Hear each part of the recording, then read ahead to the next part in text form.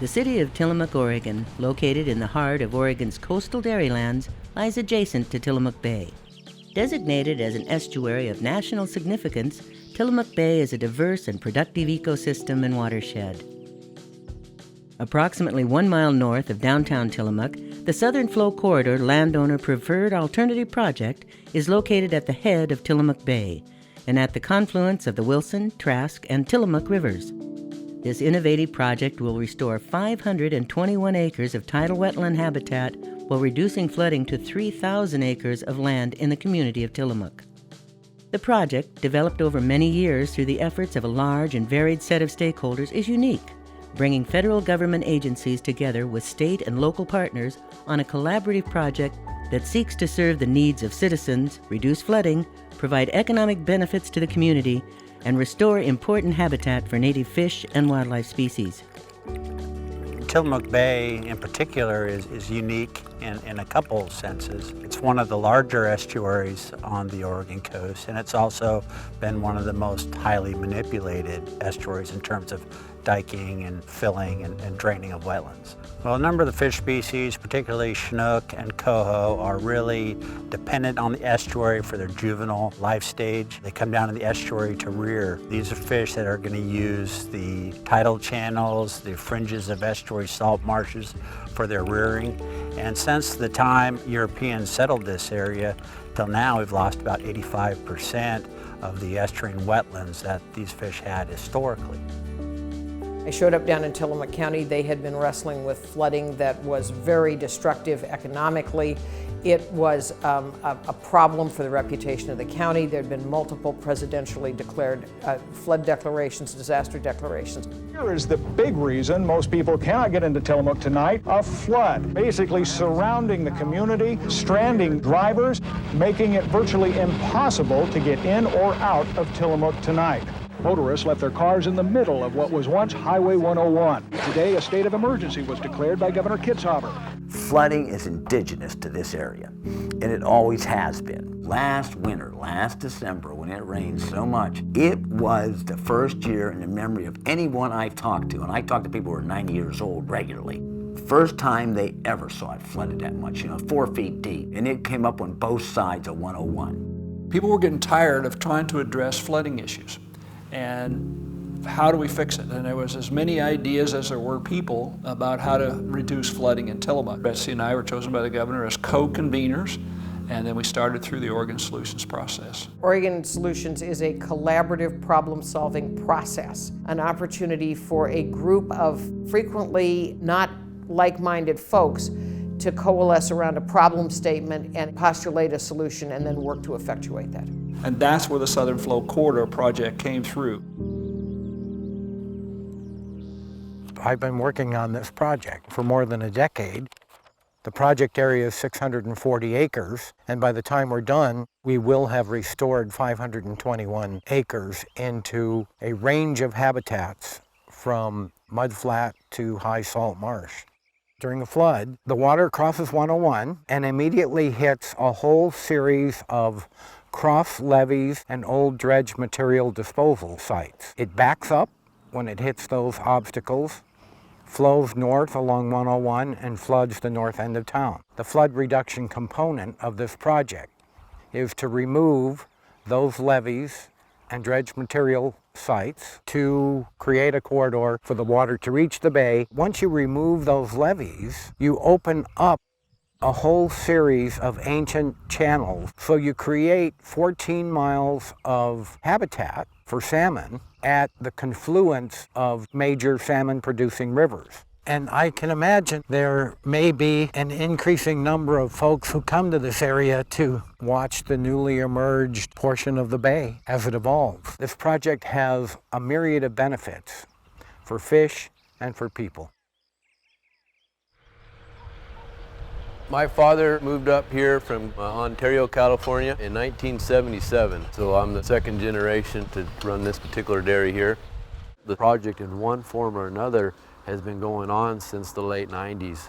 It's been controversial. It's been a long road. Where some of the controversy comes in on a local level is loss of agricultural property. But this is important for Tillamook and Oregon, and so we took another look at it and approached it from a different angle. We wanted to help navigate that conversation to a conclusion to where we are today. The goals of the project has been to maximize the flood reduction benefits that we can get out of it by maintaining as much usable agricultural properties adjacent to any restoration work that's done in that area, and also create opportunities to enhance the farmability of those properties, and we're feeling pretty good about it. Theoretically, it's supposed to drop the water about 18 inches on the fringes of the flood. Well, that is where a lot of people live, and that was pretty exciting. But we're trying to control that last inch or foot that creates the in my home scenario. And the trauma and the stress that's involved in that kind of event for somebody,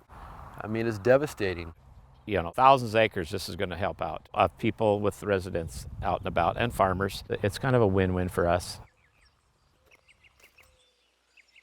This area we're standing in right here is the Wilson Trask wetland, then known as the Tillamook wetlands, and now it's known as the Southern Flow Corridor. The school has used this area since 2005 as an outside laboratory. So we bring students here from second grade all the way through the community college. We've been doing a lot of invasive species mapping. There's an awful lot of invasive plants out in this area.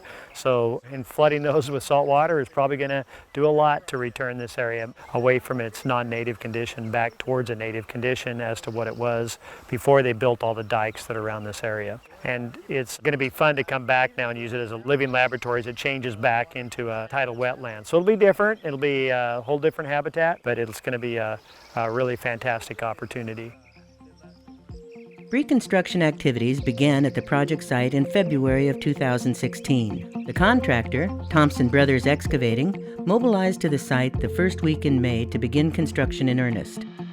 Activities included the demolition of former farm buildings, the removal of a house, the clearing of brush and trees, the removal of existing levees, the construction of new levees farther away from the estuary, the elimination and relocation of tide gates, the excavation of approximately 234,000 cubic yards of fill, the excavation and connection of tidal channels, and the remediation of contaminated fill materials at a former mill site. Permitting and funding the project required a substantial investment from federal agency partners who recognized its potential benefits not just for fish and wildlife, but also for the community. A new model that could be adopted by future projects nationwide. Cut! Project construction concluded in November of 2016. Post-construction monitoring operations begin in 2017. Getting to follow this site whose context we understand really well so we know what makes it tick, and getting to measure those things that make it tick and follow it through its restoration process, that alone is really exciting and wonderful. Effectiveness monitoring is measuring things to see whether the restoration worked or not. So often for the first year or two after you remove the dikes and the tide water is coming back in, it's very wet, and the plants that are there don't really like this new set of conditions and they're going to die back. All that dying vegetation produces a ton of food for insects. And so often that's very productive for fish. The young salmon are going to be in there in force eating all of the different little insects that are feeding on that decaying vegetation. And also lots of shorebirds and waterfowl, and it'll support a whole lot of life at every stage of its restoration.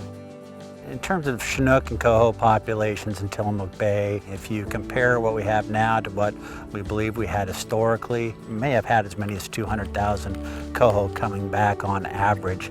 Now, if we get 20,000 to Tillamook Bay, that's a pretty decent year. Chinook maybe not as heavily impacted. We estimate the population probably averages around 15,000 fish. Historically, it was probably more like 50 or 60,000.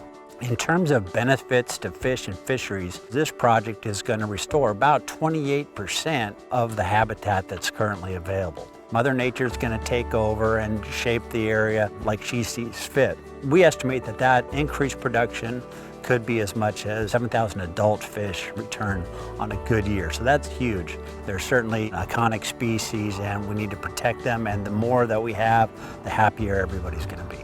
You have 5 major river systems that flow into essentially a very small area. What's the resolution to this? You're not just going to move all the businesses out of town. You're not just going to buy up all the dairies. You're not going to say, well, let's just dam the rivers up. You've got to work together to say, okay, this is what we have. Now let's figure out what we have and how can we make this work. The Southern Flow Corridor project is the culmination of a huge community exercise designed to try to harmonize divergent points of view about how to fix a chronic problem in Tillamook County. We're going to save the best farmland in the project, reducing flooding over 3,000 acres and benefiting 540 structures. That's a big benefit from a 640-acre project area. We are the estuary. Everybody here in Tillamook is part of that estuary. We all need to work on having a healthy estuary. We all participate in it, we all benefit from it. And without a healthy estuary, we're not going to have a robust dairy community here. It really moves into a win-win situation as long as we always continue to bring everybody together.